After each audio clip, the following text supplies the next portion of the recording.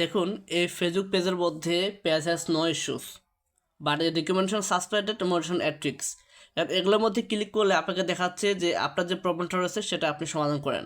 But এখানে learn more লেখা রয়েছে কোনো প্রকারের ইস্যু যেটা রয়েছে, সো সেই ইস্যুটা কিন্তু তারা দেখাচ্ছে না যে কী কারণে এখানে ইস্যু হচ্ছে। ফাইন্ড মোরে ক্লিক করলে কিন্তু তারা এখানে অরিজিনাল ভিডিও আপলোড করার কথা বলে।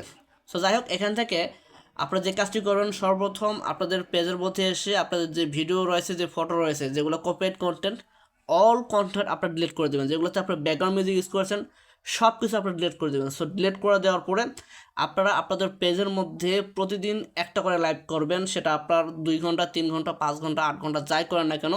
সো একটানা আপনি 7 দিন লাইভ করবেন, অর্থাৎ 7 দিনে 7টা লাইভ করবেন এবং সেই সাথে আপনার আপনি যে অরিজিনাল ভিডিও রয়েছে সেই অরিজিনাল ভিডিও সেখানে আপলোড করবেন।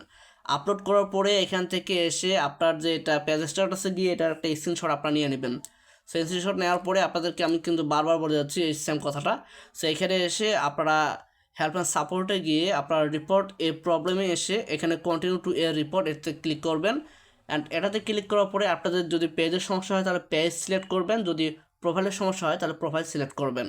এখান থেকে আপলোড ফর্ম থেকে আপনাদের যে স্ক্রিনশটটা রয়েছে সেই স্ক্রিনশটটা আপনারা এখানে দিয়ে দিবেন। তারপর থেকে এখান থেকে আমি আপনাদেরকে একটা ট্যাক্স দিব, সেই ট্যাক্সটা আপনারা এখানে ফুলফিলভাবে সাবমিট করে দেবেন, অথবা আপনার নিজস্বভাবে আপনারা এখানে সাবমিট করে দেবেন। সো এলাকাটা সাবমিট করে দেওয়ার পরে এখান থেকে আপনারা সেন্ড করে দেবেন এবং এভাবে আপনারা প্রতিদিন 2বার করে সেন্ড করবেন। সেন্ড করার পরে আপনি যে কথাগুলো আপনাদেরকে বললাম সেই ধরনের আপনারা কাজ করবেন, তাহলে ইনশাল্লাহ আপনারা আপনাদের পেজটাকে 7 থেকে 15 দিনের মধ্যে কিন্তু ইনশাল্লাহ ব্যাক পাবেন।